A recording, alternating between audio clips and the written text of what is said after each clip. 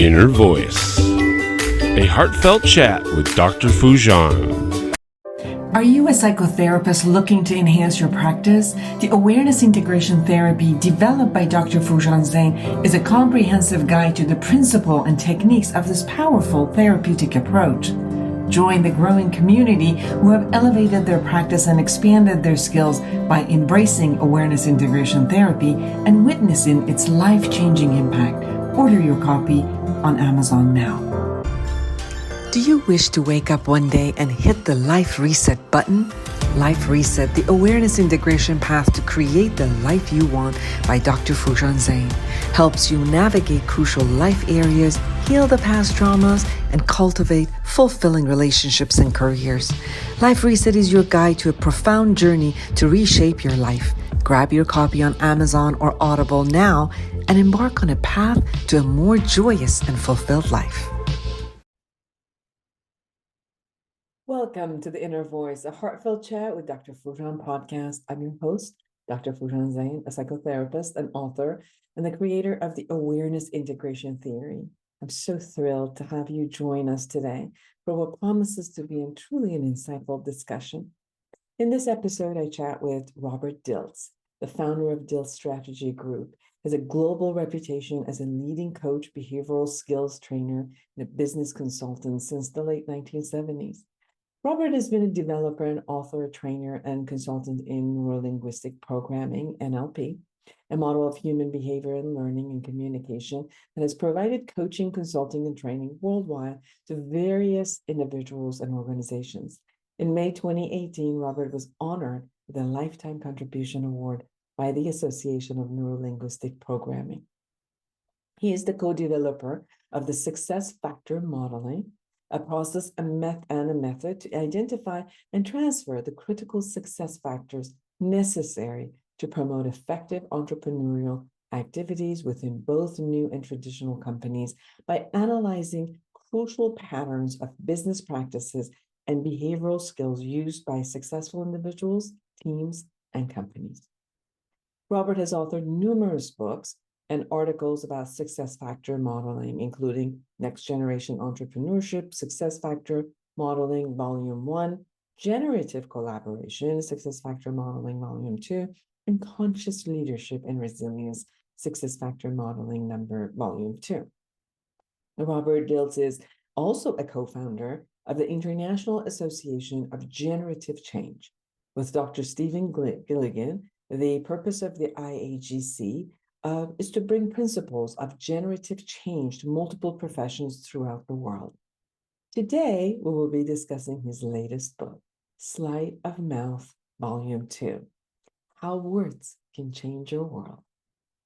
You may find his workshops for public about this book, Sleight of Mouth, Volume 2, at NLP, www.nlpu.com. I really enjoy our conversation. Every time I've gone to his workshops and see him in conferences, I always learn a lot. And today, I learned a lot. And I hope that you do. We talked about language. We talked about how language affects, even with the filter of listening to other people's language affects you, and how you could really look at the context of where you're coming, how you're listening, how you're talking, and how that impacts your life in every single relationship, especially with, all that we hear right now through social media, in public, in politics, in every realm, how we are impacted consistently by what we hear. In this book, he wants to make sure that you've got the right filters that works for you and that is useful for you. I really learned a lot, and I hope you enjoyed this conversation as much as I did. Be sure to subscribe to this podcast, my YouTube channel, and connect with me through my website, foojanzeine.com, at any of my social media platforms. Share your thoughts with me. I'd love to hear from you. Now, without further ado, here's Robert. Intentional Parenting, a practical guide to awareness integration theory, written by Dr. Jafari, Dr. Foojan Zeine, and Dr. Manoukian, three experts in human development, is your step-by-step guide to raising a healthy child prepared for a culturally integrated world. You're supported in parenting infants to adolescents using the latest evidence-based scientific research on parenting. Order your copy on Amazon now. Eliminate stress, reduce anxiety, and decrease depression. Dr. Foojan Zeine's awareness integration theory has helped thousands like you get incredible life-changing results. The Foojan app gives you her evidence-based treatment in the palm of your hand. Download today.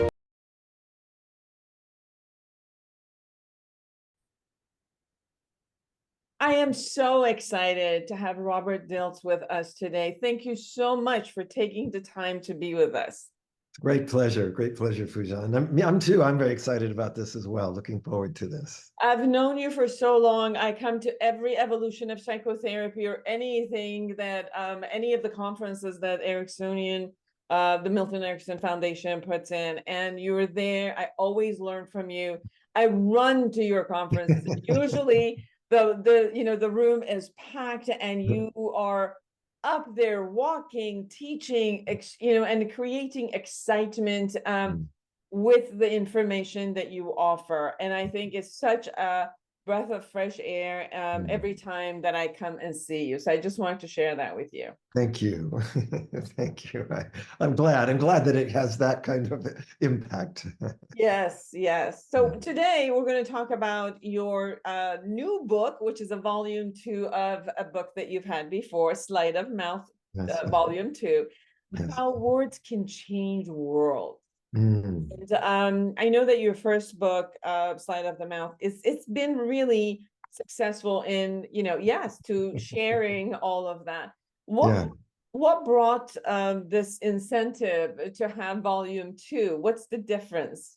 Yeah, thank you. It's a great question.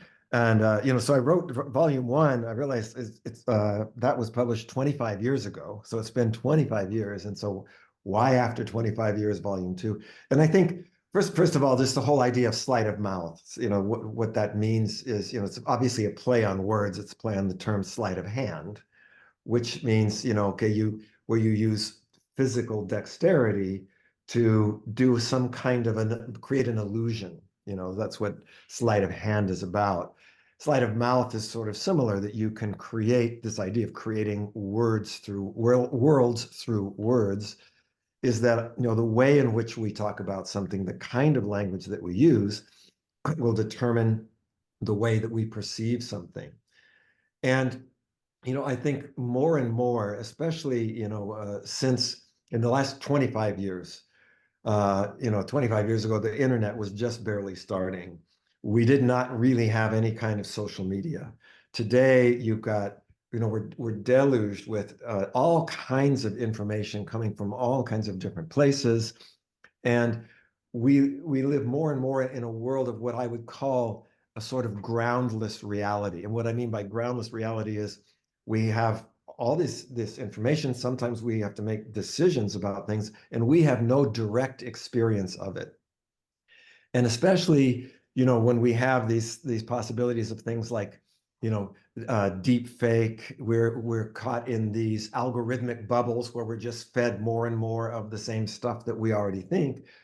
We kind of create these realities that can become a trap for us. And in particular, we see with a lot of, you can see it with polarization in politics, with divisiveness between, different countries and nations, that language can be incendiary. It can create, it can create conflict. It can create violence. Language can also create healing. It can create, a transformation. And so it just seemed to me that this was a time when it's really important that we become more attuned to that power that language can have. And so what this sleight of mouth is about is there are these 14 patterns, ways of using language that it's the way that you sort of, we call it verbal reframing, right? It shifts your perspective one way or another. And one of the things I've put into this volume 2 especially is a series of what I would call sort of red flags. That is, what to pay attention to as you're getting these information that are, it's not just information that is also used to create beliefs and belief systems. And that's another aspect of sleight of mouth. It's the volume one was titled, The Magic of Conversational Belief Change. And so sleight of mouth is about these language relating to beliefs. So I wanted to put this out because I think it's important that people kind of have, in the same way that a computer, for instance, has a virus detector, we should have a thought virus detector, if you will. And so part of what I'm doing with the book is showing what kinds of ways of using these words can create problems, what kinds of ways of using the words is going to be more solution oriented. That's beautifully put. As I'm listening to you, I know that in our world of, doing psychotherapy, Right. it's a lot of working with belief systems and Yes. changing reframing how we think and the way we've thought, usually through the language of what we've gotten from our parents, school systems, media, Exactly. community, and how those belief systems through the wordings have kind of either moved us forward or scarred us or traumatized us. Even our traumas, sometimes the verbal traumas are just words, but then Exactly. inside of us, it impacts us in such a way. And we usually have reframed all of those. But there's a different way of looking at how I perceive these information and how I process it inside. And I'm sensing that right now, because there's this other level that you're saying, it's important for us not to only receive and see what happens inside of me, but also recognize that the way that someone uses that pattern, whether we're using it, we use it in marketing, we use it in so many other levels where Exactly. we want to enroll people into some idea. So we use a particular way of doing, or professional talk, or Yeah. or politically correct ways of putting things. So we use language in a softening or being intimidating and all of it. Right. Adding this other filter, which is, can you also listen from that perspective? Not only you're using it, but also listen from Yeah. that filter. Yes, exactly. And again, I think filter is a good word because, language creates a filter, first of all, so that the words we use are a type of a filter, so as I describe something, I'm filtering out, and I'm sort of foregrounding some things, other things are fading into the background. So there's, in this book, I talk about these patterns, but I also talk about that there's a set of principles for applying them. There's a set of skills for applying them, and then there's a set of strategies for applying them. So for instance, we were mentioning, how do we use language? Well, we use language to persuade, we use language to motivate, we use language to make decisions. So, we're using language in many, many different ways. And um, and so again, I would say that one of the principles is that we would say energy follows attention, language directs attention, and then language also frames our experience. So, and again, depending upon how I frame something is going to determine its meaning and its impact. And yeah, I think this ability to learn to listen for, well, how is this, where is my attention being drawn by the way that something is being described? And one of the fundamental principles, by the way, is this notion that language is it's not just information. It also can create an inner state, like you were saying. It's going to impact me. And one of the terminologies I use is that you're going to often have going towards either what we call more of a coach state or more of a crash state. And this is a coach is an acronym. It's an acronym that's for being, if I'm more centered, I'm more open, I'm more aware and alert, I'm more connected, I'm able to sort of hold what's happening from a place of curiosity. Whereas crash is, I'm more contracted, I'm more reactive, I'm more caught in sort of analysis paralysis, I'm more separated, I'm more hostile. And so it's very important to notice, is the way in which I'm talking about something creating more of this resourcefulness or more of this kind of hostility, this kind of, let's say, taking us down the rabbit hole. And so I think these are some really important things to be able to notice. It is the quality of what we're, of how the way that we're speaking, bringing us more towards some kind of resourceful creativity solution, or is it sort of just taking us into more and more divisiveness, destructiveness, aggression, etc.? Interesting. I just had this experience this morning. I teach at Cal State Long Beach, two classes that are about drugs and health. Yes. I've created like this sign up, an assignment that I was not very clear in explaining all of the matters of assignment, right? So some of the students were having confusion in like, what is this assignment and how come I'm getting half a credit instead of full credit and all of that. And one of the students was trying to clarify things, but in a very hostile level, and hostility, and putting it out there with all of the students. And it was interesting because I'm taking full responsibility that I didn't communicate very well, all of that. But when you shared about where is our energy goes and where does our language goes, yeah, I kept going into the space of the hostility that was coming, and I was framing it as an attack versus, okay, this person is angry and how I can soothe them. Yes. Watching both sides of me. Yes. At it, Wow.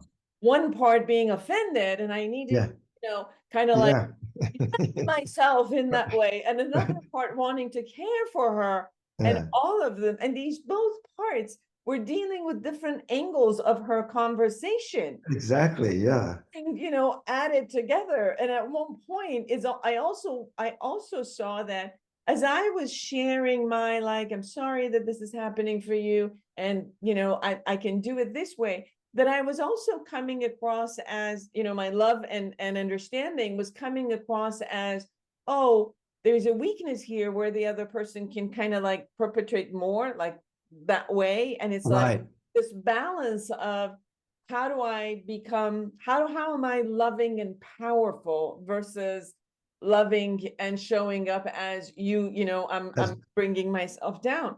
So this delicateness of how the process that happens within us, and then how do we communicate that through words, it's such an important factor. Can you share a little bit with this unpacking of what I just kind of like Yeah. Well, first of all, I think what's great is being able to have that level of awareness is so important. What we would call that, and it's one of the other sort of principles here, is this notion of what we would call a meta position, a meta awareness, metacognition, which means I'm aware of myself. So yeah, the fact that I have these two parts, if I'm not aware of them, I'm just in one part or the other part, so I'm kind of caught in my own, my own sort of cycle.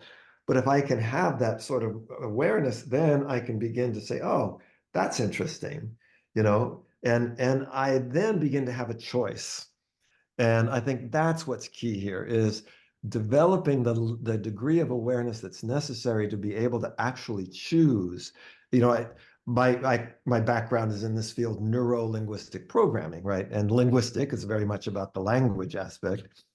But what's sort of the principle there is, whatever of our own programming, if you will, that we're not aware of, it seems like it's our reality. It just is that way. There is no choice if I'm not aware. I think it was Carl Jung that says that wherever we don't have consciousness appears to us outwardly as fate, as destiny, and we don't have a choice. But by being able to develop that awareness, then you actually have that ability to say, oh, well, I have this reaction going on, but I want to be able to be in this way.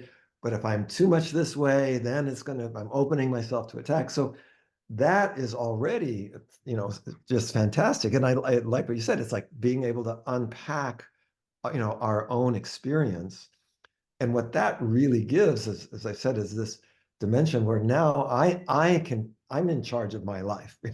I can choose the way that I want to be.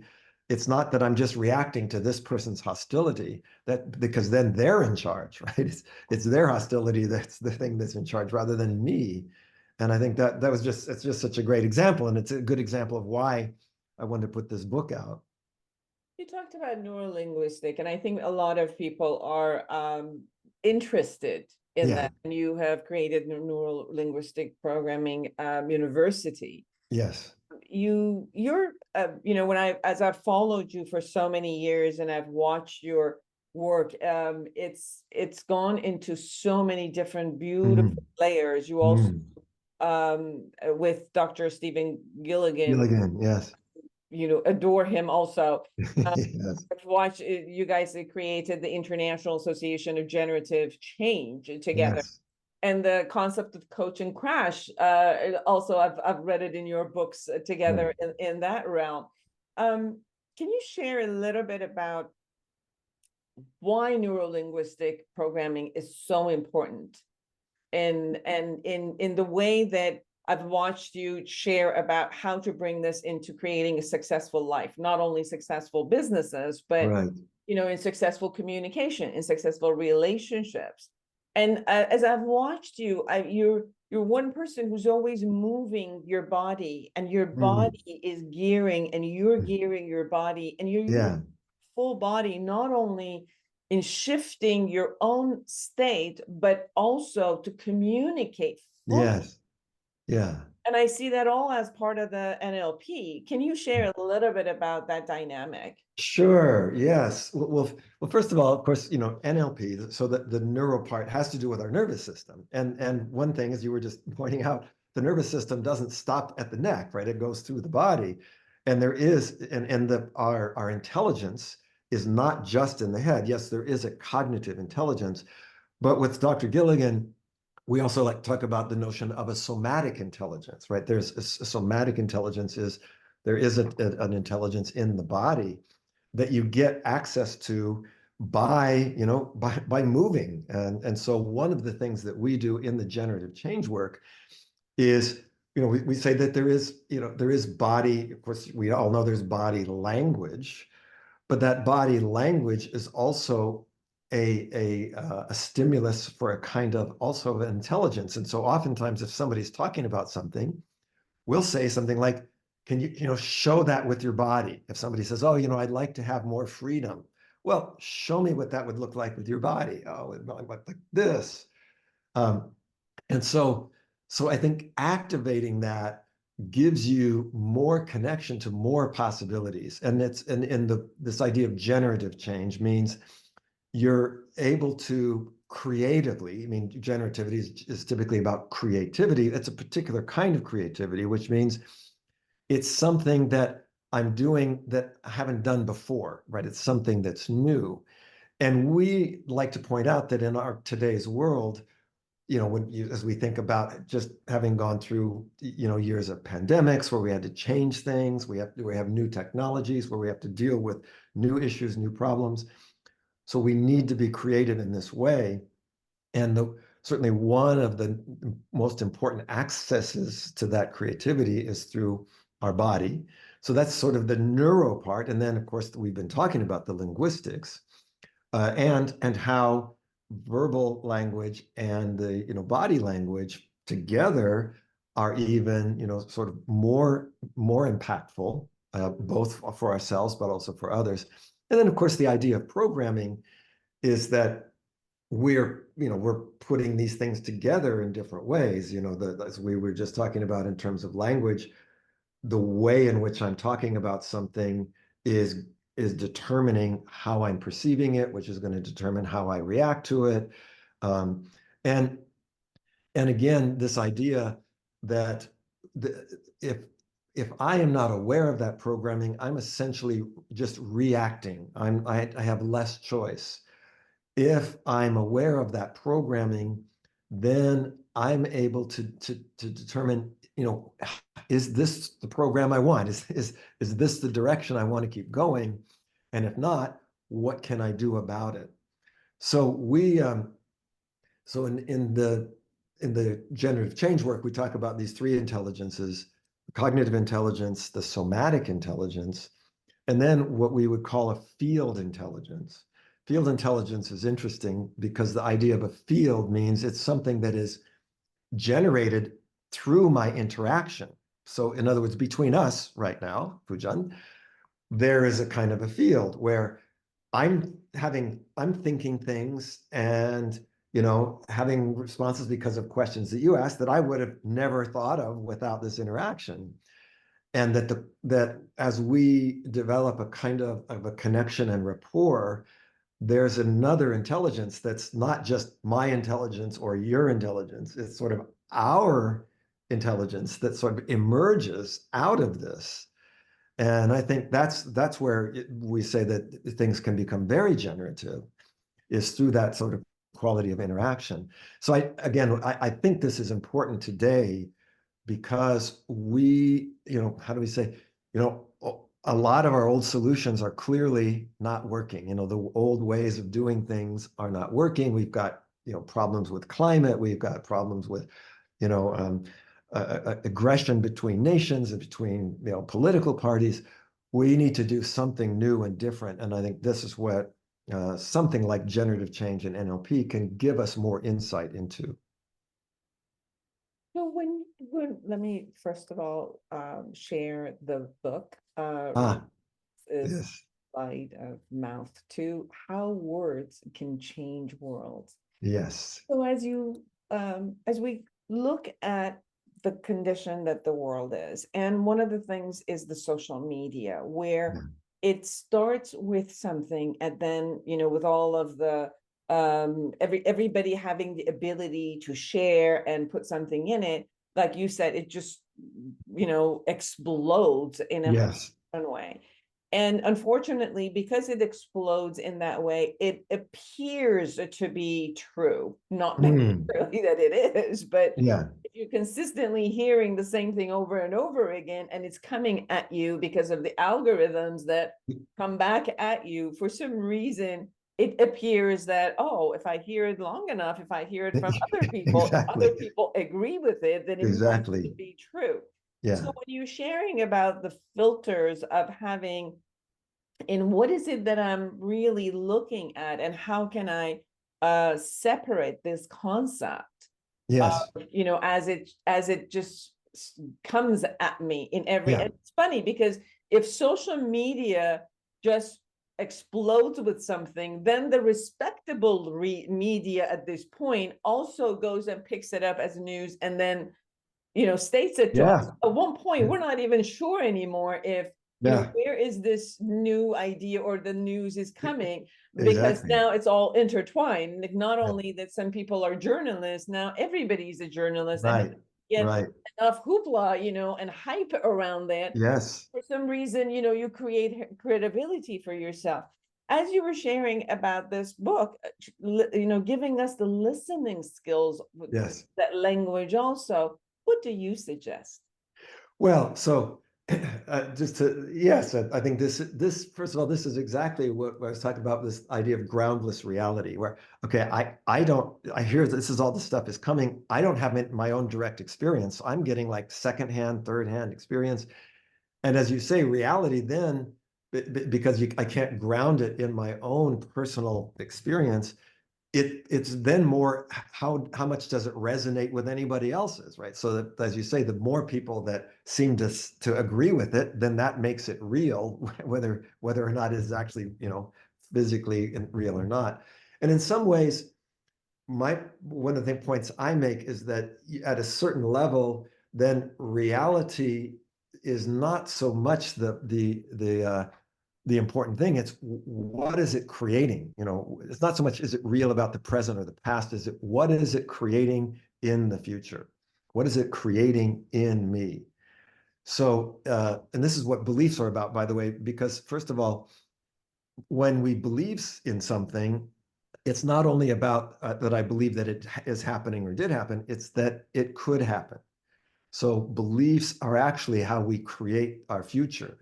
If I don't believe something is possible, if I don't believe it's desirable, if I don't think I can do it, I'm not even going to try. So I always like to point out, I have to believe that I can make a flying machine before I make a flying machine, so the belief is something that actually becomes self-fulfilling. So to go to your question, then it starts by being aware of, okay, what if this language is directing attention, and that attention is going to then it's going to create the reality that I'm experiencing and I'm living in. What kind of reality is it creating? So one of the first principles, Foojan, would be what we would call, is it oriented toward what we call a problem frame or an outcome frame? So you were talking about this conversation you were having with your student. The student, their language is all directed towards a problem frame. This went wrong. Problem frame is what's wrong, whose fault is it, why did it go wrong, what is what bad things did it create? An outcome frame is what do we want then? What do you want instead? How can you get it? What resources are available? And so, and that's like what I call a red flag. It doesn't mean that it's right or wrong, but it means if I only stay in that problem frame, there's never going to be a solution. So it's not solution oriented. A second kind of a red flag would be something like, it kind of goes along with that am I assuming a negative intention? Negative intention means, you are intentionally wanting to do something harmful. In NLP, in neurolinguistic programming, there's a principle of what we call positive intention. Positive intention means that, okay, even if something is coming out in a harmful way, there's usually some kind of positive intention behind it. A positive intention of aggression, for example, is something like protection or safety. Now, the key is, and this is where coach versus crash comes in, a positive intention coming through a crash state, will come out as something like, like say this student, if they're trying to whatever protect themselves or, something, it's going to come out as blame. And so, but it doesn't mean that that's necessarily their intention. But if I start assuming that somebody has a negative intention, and then on top of that, one of the other red flags is a negative identity judgment. So, because somebody could say, "Hey, well, that you didn't explain that properly," or you are, you're bad, or you're wrong. So, if you start collecting these red flags, and you'll start hearing, okay, it's problem frame, it's away from something as opposed to towards a solution. There's an assumption of a negative intention. There's a negative identity judgment. Then you start realizing, wow, this is just piling on these things that's what's going to take us down that rabbit hole. So, all right, how do I switch from the negative intention to a positive intention, from the problem frame to an outcome frame, from away from to towards?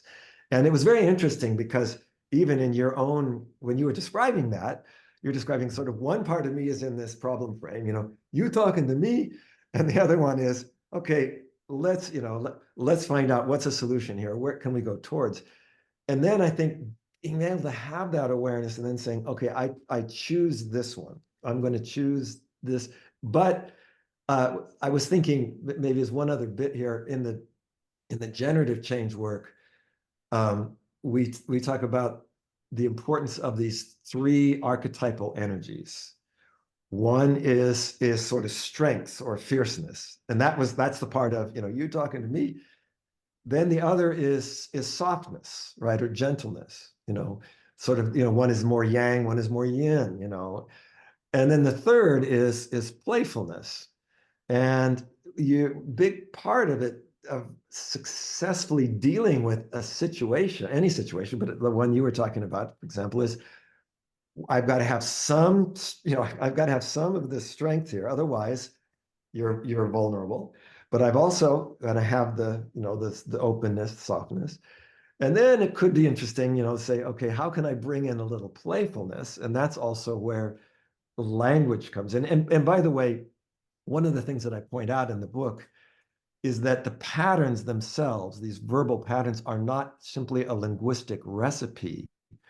They come from taking on a certain mindset. And the mindset will naturally generate the language. So actually, the words start with, that's what we'd say neurolinguistic. It starts with a mindset that will naturally bring that in. So it's like what you were doing is saying, okay, I've got to get, what's the mindset that I really want to have with this person? And then that's going to bring the solution. You talked about playfulness, and it dawned on me. I've been listening to A Well-Lived Life, and this doctor explains that she was working with patients, and in a grocery store, Yeah. the patient shows up and starts talking about very much of a personal gynecological concepts in the middle of the grocery store for somebody's hearing. And so the doctor keeps trying to shift and revert, but this patient was so adamant about explaining all of it. And at one point, she said, I just said, all right, why don't you just lay down here and bring your legs up and let me just examine you? And then was this right here? She goes, well, you're explaining it right here. Or would you rather come tomorrow to the office? The humor that I just brought into it brought the concept of, this is not the right setting, or the boundary is, yes, that's a but did great it with example. such a playfulness that, Yeah. kind of like shifted the whole thing. Yeah. Yeah. Also, when you were sharing, it dawned on me of, we started the conversation that the incentive about the book came from all that we hear, and, where is all of that? But at the other side of it, as you were explaining, this is what we do every day in relationships, is we only have the virtue of our language to share with others. This is the only way we connect. So whether it's our intimate relationship, marriages, relationship with our work and coworkers, or, customers or clients, or, anyone around us. I mean, we're in relationships all day consistently, or with ourselves in the dialogue that we have with ourselves. So it's so important to have this, the ability to be aware of how language frames every single, not only belief, but my relationship with you. Yes. I think that's so true, and that's also what I mean, by the way, by this notion of the field intelligence, right? Because the relationship is it's going to generate, it has its own intelligence, but that intelligence is going to be determined precisely by the way that language is directing our attention, is determining, what comes out, where my attention is drawn to, what the next idea is. And so, yeah, I think language is the universal means by what, in the first book, I mentioned what Freud said about language, where he said, language and magic were once one and the same thing, and he said, and today that language still has this magical power, and you can crush people, you can make them feel terrible, you can make them feel wonderful by the way you use language. And I was thinking, by the way, and we mentioned with the very beginning, we talked about Dr. Erickson and the Erickson conference. So every single one of these 14 language patterns, I show how Dr. Erickson used them in hypnosis. Language patterns. I have a humorous example of it, a humorous story of how that's used. So I think that, and Dr. Erickson had a great ability to bring. Yes. Where, and usually one of the For some reason, we're getting cut off with some of your wonderful statements.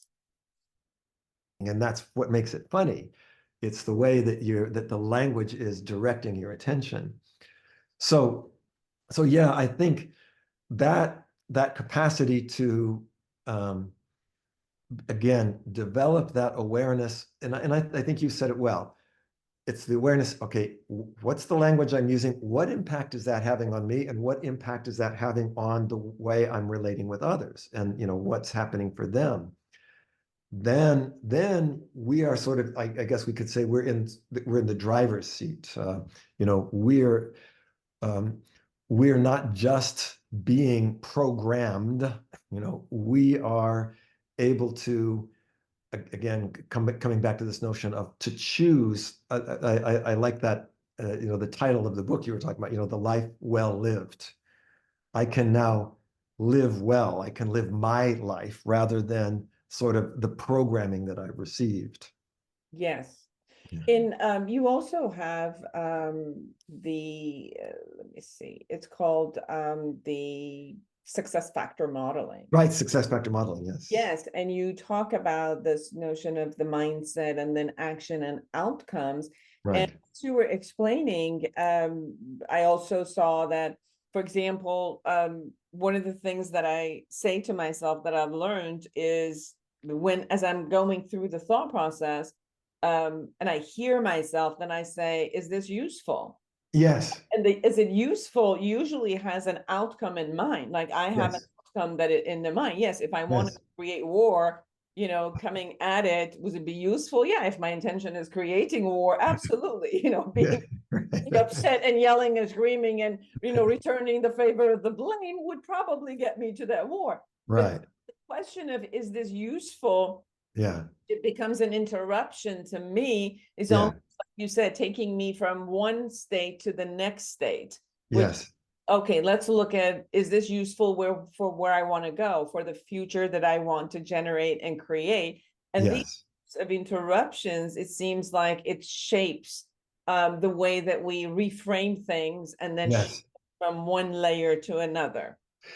Yeah, I think that's so it's really important because you know, this is exactly this notion of outcome frame versus problem frame, right? So if I ask, is it useful? It presupposes that I have some kind of an outcome here, right? It's like not just that I'm here just being, reacting to what's happening. I have agency. I have an outcome. I have a choice. So if it's useful, that's such a see and notice it's one word, but that word can have so many implications. That's what I mean by that word suddenly reframes everything. If I'm having this argument with somebody and I'm saying something, oh gosh, is that a useful thing to say? It already takes me to this place of self-awareness that I actually can have an outcome. Is the outcome that I want to Create, yes.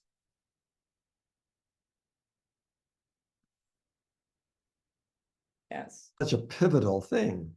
Yes, So, absolutely. I want everybody to go get this book, Sleight of Mouth 2, How Words Can Change Worlds by Robert Dilts. Anything we haven't shared that you really, really want people to know? oh, I think, just that,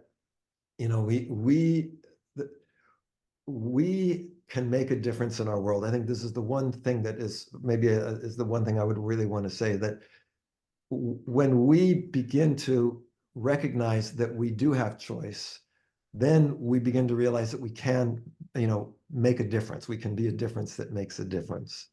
And to me, that sort of has always been I like to say, what my fundamental sort of purpose, vision has been, is to be able to create a world to which people want to belong. So when I say, words that change worlds, words that create worlds, I want to be To be able to create it. I'm sorry that we keep so getting. that to me is what this book is hopefully giving us the resources to be able to do. It's all about this. Definitely. You also have workshops. Are those workshops for therapists or coaches or public? Yeah, for all of the above, depending upon which workshop it is. Some are more for coaches. One of my most recent books is called The Power of Mindset Change, and it's called Why Mindset Matters Most. That's one for coaches. But the Sleight of Mouth workshops are open to everybody because I think everybody can benefit from it. Yes. And so And they can find you at nlpu.com. .com. Yes. nlpu.com, and they can find the workshops, not the book, but the workshops, and how to contact you and be Yes. Yes. beautiful. Thank you so much for taking You're welcome. all Thank you. the traveling and work that you do, to be with us. Anytime you are available, I love to have you back. Same here, Foojan. I've always enjoyed our conversations, so I look forward to the next time. Same here. And for all of you who are out there, create an amazing life for yourself and everyone around you. And until next week, bye.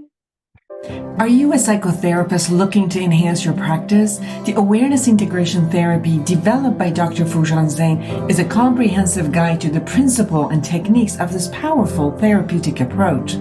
Join the growing community who have elevated their practice and expanded their skills by embracing Awareness Integration Therapy and witnessing its life-changing impact.